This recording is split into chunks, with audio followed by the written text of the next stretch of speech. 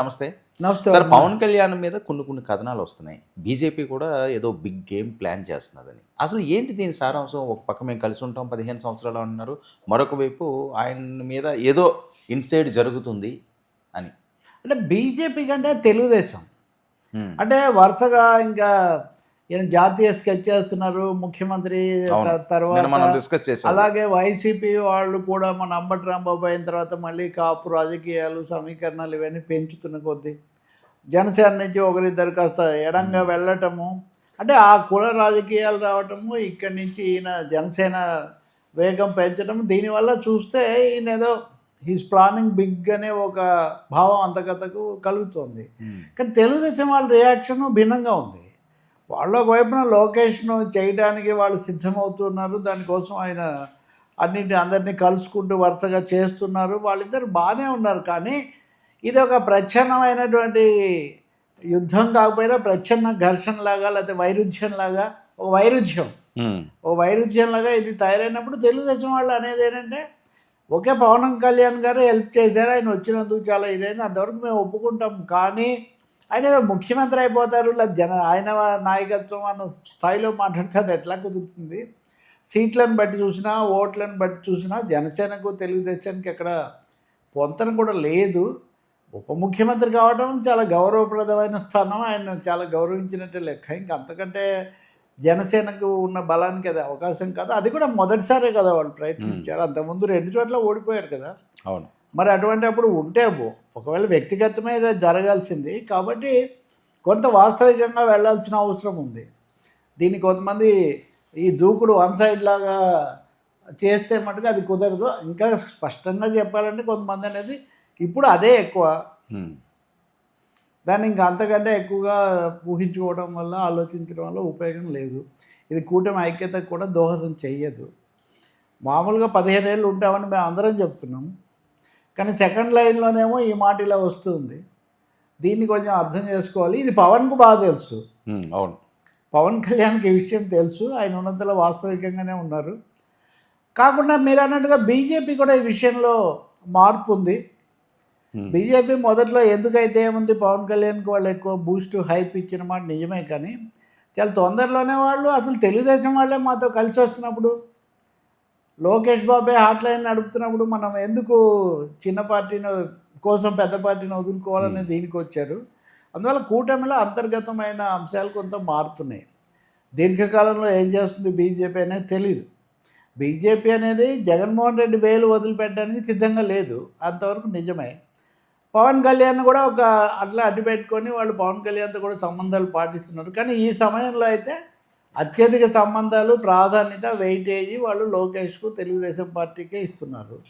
ఇలాంటి సమయంలో కొంతమంది బీజేపీలో పావులు కదుపుతూ రకరకాలుగా చేస్తూ ఉంటారు.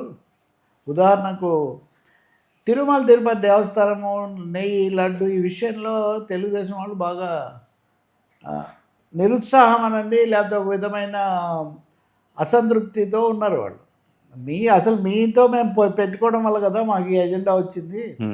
మాదేమో లౌకిక పార్టీ ఎప్పటి నుంచో, మీ రాజకీయాలు వీటన్నిటి వల్ల మేము పెట్టుకోవాల్సి వచ్చింది. ఇప్పుడు మేము మాట్లాడితే మీరేమో అసలు నోరు మీద పని పరిస్థితి. సో అందుకని మళ్ళీ మేమేదో మేము చాలా ఎక్కువగా అత్యుత్సాహంగా వచ్చినట్టు మమ్మల్ని ఇబ్బంది పెట్టారు. ఈ మధ్య చంద్రబాబు నాయుడు లోకేష్ ఢిల్లీ వెళ్ళినప్పుడు కూడా ముఖ్యంగా చంద్రబాబు చాలా హడావుడిగా వెళ్ళొచ్చారు కదా. ఇంకా పెద్దగా దీని మీద ఏం వద్దులేండి, ఇంక ఇంతటితో చాలు అన్న పద్ధతిలో ఢిల్లీ పెద్దలు సూచన చేశారట. సో దాంతో ఒక విధంగా ఆయన కూడా తిరిగి రాగానే ఇంకెవరు ఏం మాట్లాడకండి, సైలెన్స్. మీరు చూస్తే ఒక్కసారిగా సైలెన్స్, నిశ్శబ్దం వచ్చేసింది మనలాంటి వాళ్ళు మాట్లాడింది తప్ప. అందుకని ఇవన్నీ అంతర్గతంగా కొన్ని జరుగుతూ ఉన్నాయి.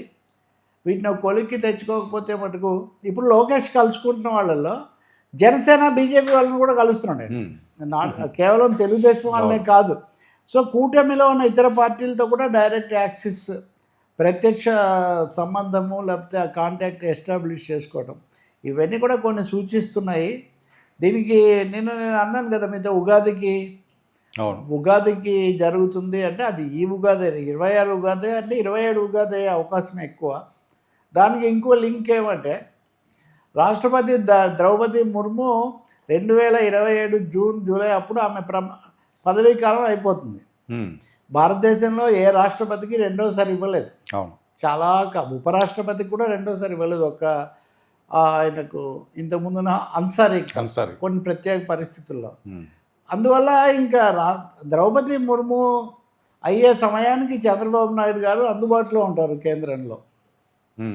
మొదటిసారిగా ఆయన పార్టీ వర్గాల దగ్గర కూడా ఓకే కేంద్రంలో ఏదైనా ఉంటే చూద్దాము, ఇక్కడ ఎట్లాగో లోకేష్కు వారసత్వం అప్పగించినప్పుడు ఫర్ ఆల్ ప్రాక్టికల్ పర్పసెస్ వాస్తవికంగా లీడింగ్ ఫిగర్ లోకేష్ అనే మెసేజ్ చాలా బలంగా ఇస్తున్నారు. ఇప్పుడు వాళ్ళు చాలా రెగ్యులర్గా శిక్షణ తరగతులు, ఇంటరాక్షన్స్ ఇవన్నీ వీటన్నిటిని కూడా లోకేష్ 1000 మంది అట్లా వచ్చి లీడ్ చేస్తున్నాడు. చంద్రబాబు పెద్ద మనిషిగా పెద్దరికంగా వచ్చి ఒక పావు గంట అలా ఇంటరాక్షన్, అది కూడా జిల్లా స్థాయిలో తప్ప లేదు. అందువల్ల ఇవి రెండు సమాంతరంగా జరుగుతున్నాయి. ఇది జరుగుతున్నప్పుడు పవన్ కళ్యాణ్ కూడా జాతీయ అనడంలో ఇది కూడా ఒకటి ఉంది. మొత్తం ఫోకస్ ఇక్కడే పెట్టేసి ఇంకా అన్నీ ఇక్కడే అనుకుంటే తర్వాత ఇక్కడ వచ్చే మార్పులు చేర్పులు బీజేపీ ఇవన్నీ ఉంటాయి కాబట్టి అని ఒకే ఒక లాస్ట్ పాసిబిలిటీ ఏంటంటే పరిస్థితులు ఏదైనా అవసరమైతే రాజకీయంగా బీజేపీ జనసేన కలిసి కూడా వెళ్ళొచ్చు. కానీ తెలుగుదేశం ఆలోచన ధోరణిలో మటుకు వాళ్ళు ఉండడానికే ఇష్టపడతారు బీజేపీతో. అవును, ఇది చాలా తీవ్రమైన మథనమే. సార్ ఇప్పుడు రాష్ట్రపతిగా చంద్రబాబు నాయుడు గారికి అవకాశం ఇవ్వడానికి ఎన్డీఏ రెడీగా ఉంటుందా? వీళ్ళైతే ఈయనే కదా సీనియర్ మోస్ట్ లీడర్ ఇప్పుడు అందరికంటే చేశారు కదా.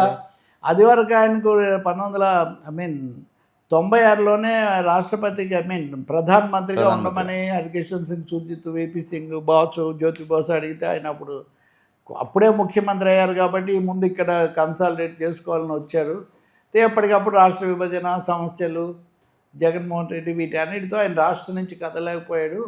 ఇప్పుడు చాలా ఫామ్గా 150 స్థానాలకు పైన ఉన్నాయి కాబట్టి ఇప్పుడు కుమారుడికి అప్పగించి ఢిల్లీకి వెళ్ళి కొంతకాలం ఇంత సుదీర్ఘమైన లాంగ్ ఇన్నింగ్స్ తర్వాత let me try at the centre అనే ఒక ఆలోచన ఆయనకు ఉంది అనేది అయితే తెలుగుదేశం వర్గాల్లో బలంగా వినిపిస్తున్న ఒక మాట. దానికైతే ఆయన క్షేత్రం సిద్ధం చేసుకుంటున్నారు. సరే ఓకే, లోకేష్ కానీ ఒక రాష్ట్రపతి కదా ఉపరాష్ట్రపతి కావచ్చు. ఇప్పుడు వెంకయ్య నాయుడు సీనియర్ కదా, ఇప్పుడు అటువంటిది ఏదైనా లోకేష్కి పగ్గాలు అప్పచెప్పితే ఏపీ పాలిటిక్స్ ఎలా ఉంటాయి సార్? జగన్ వర్సెస్ లోకేష్, ఇప్పుడు వరకు జగన్ వర్సెస్ చంద్రబాబు నాయుడు గారు, రాజశేఖర రెడ్డి గారు వర్సెస్ చంద్రబాబు నాయుడు గారు, ఈ రకంగా ఉన్న ఈక్వేషన్స్ ఇప్పుడు జగన్ వర్సెస్ లోకేష్ అంటే బాగా అగ్రెసివ్ ఫేజ్లోకి వచ్చేస్తాయి.